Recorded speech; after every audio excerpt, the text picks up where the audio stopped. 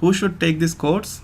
This course is a beginner to expert program targeted for people who are planning to start a career in SAP. If you're already working in some other technologies and planning to shift your career to SAP, specifically in ABAP, then this is the course for you.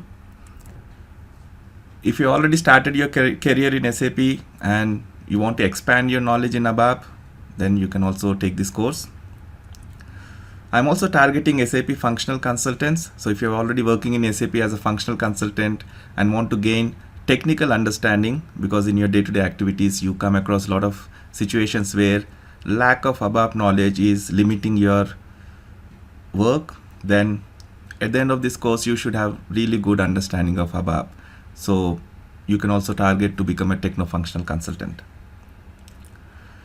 And if you're a SAP project team member, if you're working on any SAP related project, ideally you may be interacting with the functional consultants, the technical consultants, the end users.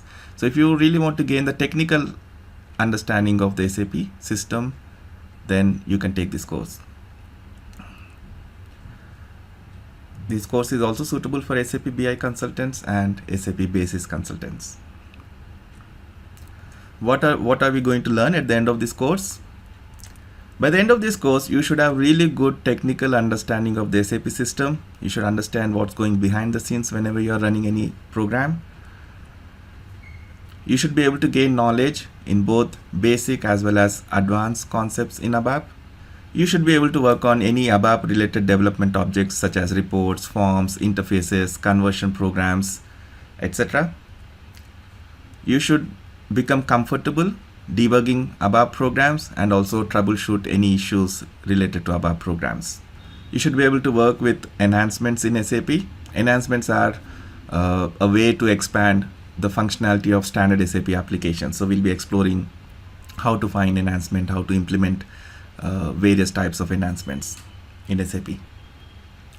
And by the end of this course, you should be really comfortable to look at any ABAP program and understand what the program is trying to do, and also identify where you should be making any changes if you want to enhance or troubleshoot any of the programs.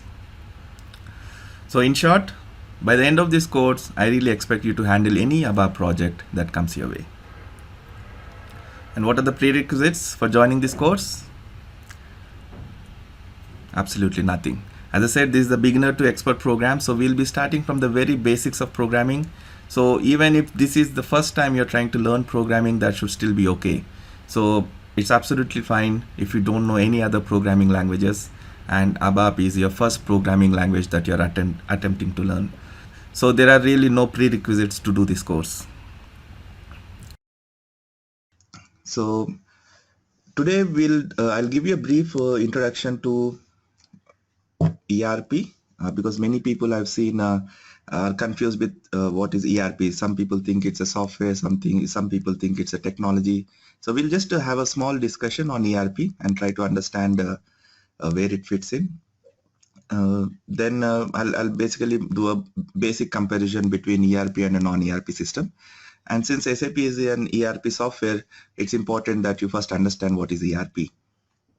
And once I'm done with that, SAP is not the only ERP vendor in the market. So there are other ERP vendors.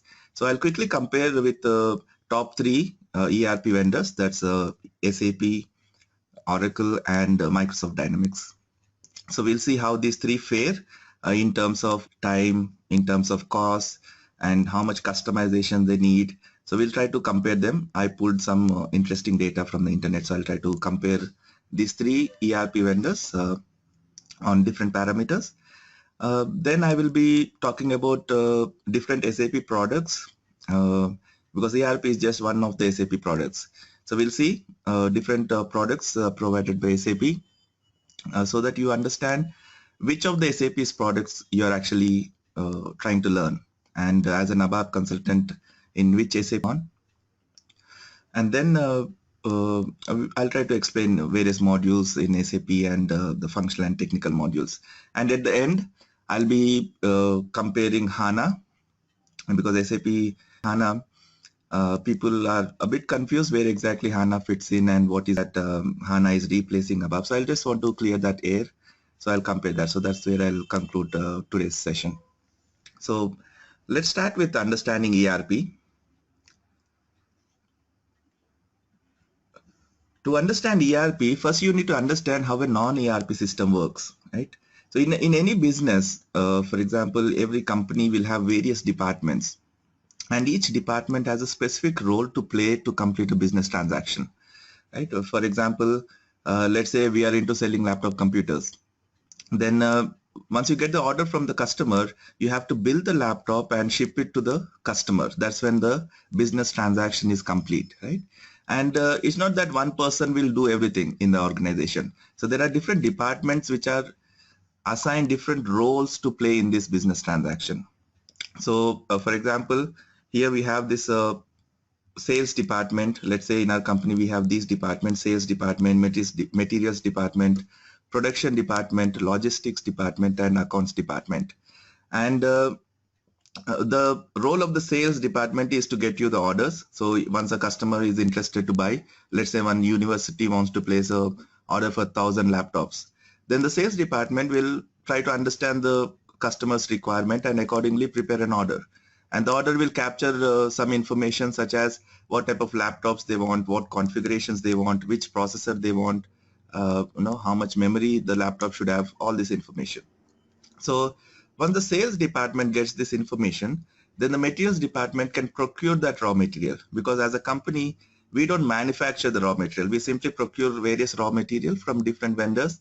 For example, we procure processor from Intel, RAM from Transcend. So we have tie-ups with different vendors who supply us these raw materials. So the materials department role is to make sure the required raw material to build the laptop is available. So they have they procure the raw material, and they'll update in the system that these are the material that is available currently. This is the material we expect in a certain period of time. So all this information is, all this stuff is done by the materials department. Then the production department will actually build the laptop, and once the laptop is ready, the logistics department will take care of shipping the product to the customer, and whatever amount you are receiving from the customers, that is handled by the accounts department. So this is the typical business transaction flow, right? And a business transaction is complete when once you receive the order and once you ship it to the customer, that's when we say the transaction is complete. And to complete one business transaction, you can see different departments play a role. It's not that one department is handling everything from beginning to end, right? So in a non-ERP setup, let's say our sales department gets the order. Once the guy gets the order, he'll create a sales order in the system. And as you can see, in a non-ERP setup, all the departments are connected to their own database. So whatever data the sales guy is capturing in the system is stored in the sales department's database. And this data is not available for the other department to act on it immediately. Right? The moment the sales order is created in the system, the materials department will not know that there's a sales order in the system, because their system is connected to their own database. Right? So the data is not exchanged in real time. Somebody has to manually send this information to the other department. It's not exchanged in real time. That's one major problem with a non-ERP system. And in a non-ERP system, what they do is they use standalone applications. So each department will have their own software that they use to perform their day-to-day activities. So for example, to create a sales order, the sales department will use certain software to capture the order, and that software will update the data in their database. Similarly, the materials department will use their own software to do their activities, and that software will update the data in their database, right? So like this, every department is using its own standalone software and its own database. One major problem with this is that the data is not exchanged in real time, and that plays a huge role. For example, let's say today evening the sales guy gets the order information and updates in the database. The materials department cannot act on that information to start procuring the raw material because the data is not yet available to them, and the sales guy has to manually send this data. So they are actually dependent on the sales guy to send them the data before they can act on it, right? And another key challenge here is, for example, as a executive of the company, let's say as a CEO of the company, you want to run a report and to see how many products have been shipped or at what stage the production is or anything like that, then you have to run reports individually in different systems and then collaborate that data to get a final view of that information. For example, if you run the report in sales department, the report can only access sales data. It can only tell you how many orders you received. It cannot tell you what is the current status of that order, whether it has been shipped already or it's still under production, because that report will have only access to the sales department database and it can only have access to the sales orders. Then I have to run this report in the materials department to see how much materials has been, how much raw material has been procured, and what is the status with the vendors, whether we could get all the raw material we need. Sometimes it may happen that you're getting more orders than your vendors can supply the raw material. So you're actually delaying the production because of that.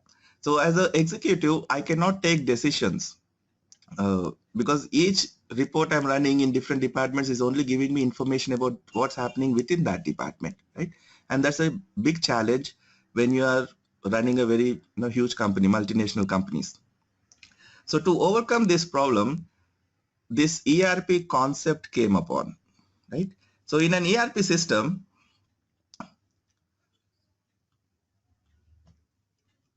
what it does is it simply connects all the departments to the same database. So you have one common repository where all the business data is stored, right? So now you can see in an ERP system, all the departments, instead of connecting to their own database, now are connected to a single database, right?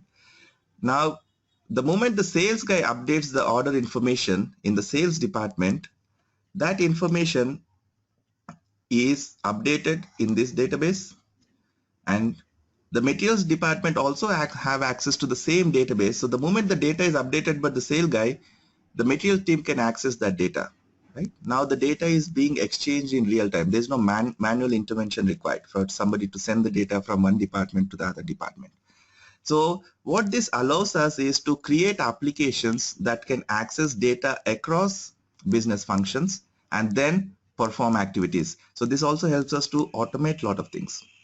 So now I can run a report, for example, which can access data across departments and give me a complete overview of the business transaction, right? So this report can say that, okay, these many orders are created and this much raw material we have procured and these many laptops we could produce in this period of time and these have been shipped, right?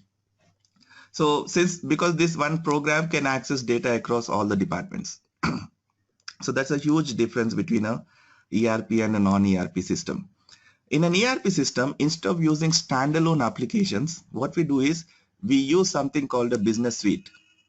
So this business suite comes with a lot of transactions. So it's one software with a lot of transactions for different departments. So once you implement SAP, for example, then there will be some transactions that are useful for the sales department. There will be some transactions that are useful for materials department.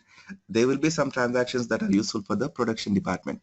So you don't have to use different software. You are just using one software, and within that software, you can create different applications for different departments of our organization, basically. Okay.